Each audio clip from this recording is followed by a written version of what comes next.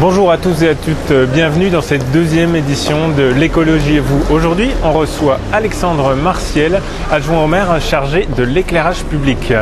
Il revient sur l'éclairage de la ville et tout spécialement sur la cité Daniel Fauché, une zone d'expérimentation. Explication. Il pourrait paraître évident qu'il existe sur le marché industriel des éclairages publics à détecteur de présence. Or, ça n'existe pas, donc il a fallu à la fois l'imaginer et le fabriquer de toutes pièces avec les services de la ville de Toulouse pour pouvoir le mettre en place, en l'occurrence pas loin de la cité Daniel Fauché, voilà, sur un acheminement de Daniel Fauché.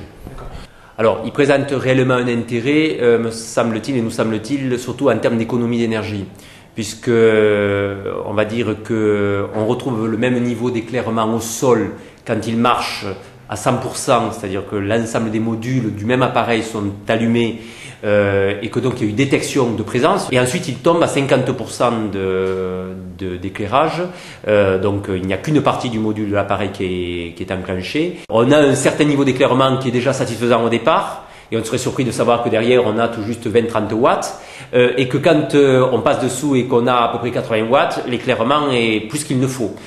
Donc voilà, je veux dire, il faut que ça fasse partie intégrante des Toulousains, et que ce soit pas quelque chose d'original et que ce soit pas perçu comme tel quand on est sous ces lumières en question. Ça serait pas positif. Donc c'est une économie réelle de 50% d'économie d'énergie, on va dire, alors c'est ça qu'on va étudier à 80% du temps ou 90% du temps, puisque l'intérêt de l'application de l'éclairage public de détecteur de mouvement, c'est précisément de le mettre dans des espaces qui sont, on va dire, peu fréquentés. Si on est dans un espace très fréquenté, on reste sur les technologies, on va dire, traditionnelles. D'ailleurs, nous avons fait des efforts, qui est notamment le ballon hélium que nous avons remplacé par du sodium haute pression. Et le sodium haute pression est une source lumineuse, à la fois qui éclaire bien et qui consomme peu, on va dire, ou qui consomme le moins de ce qu'on peut trouver sur le marché actuellement. Et demain, l'enjeu est de pouvoir le généraliser, enfin, ou le faire progresser plutôt, parce que la généralisation est un autre problème, mais le faire progresser à l'échelle d'un micro-quartier, c'est-à-dire d'une zone de centralité type place, et puis un rayonnement de rue autour. Voilà, ça c'est la prochaine étape pour l'année prochaine. Et puis, si ça marche bien, puis si d'autres villes aussi s'en emparent, etc., et qu'on progresse un petit peu sur le sujet, ben, progressivement, nous introduirons cette technologie et ce principe d'éclairement au fur et à mesure du remplacement du parc vieillissant. L'enjeu du prix n'est pas, nous semble-t-il pour l'instant, la vraie question.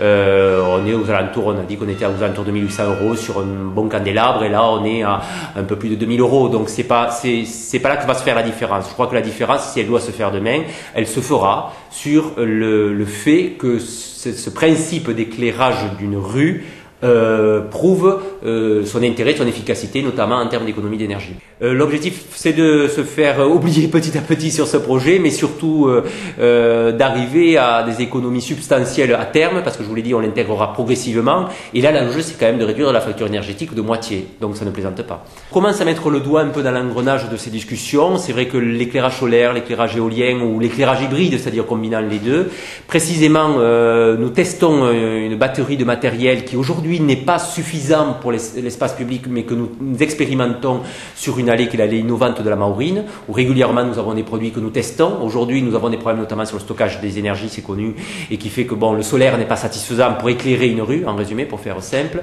Et nous explorons aussi d'autres voies, qui est la voie qui a un peu surpris certains, qui est la voie de la récupération des énergies dans les déplacements. C'est une révolution intellectuelle, puisqu'en général, quand on se déplace, on a plutôt tendance à consommer de l'énergie.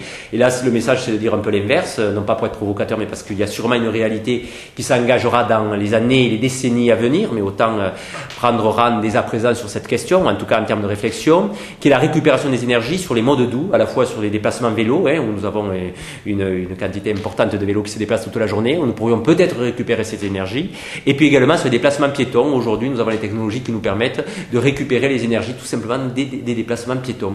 On pourra le voir, si j'ose dire, probablement à la rentrée prochaine, et on verra que c'est possible techniquement. On va dire qu'on aura un sol, et sur ce sol, il sera directement adossé à un lampadaire, et nous verrons le lampadaire s'allumer par le déplacement des individus. C'est ça l'objectif.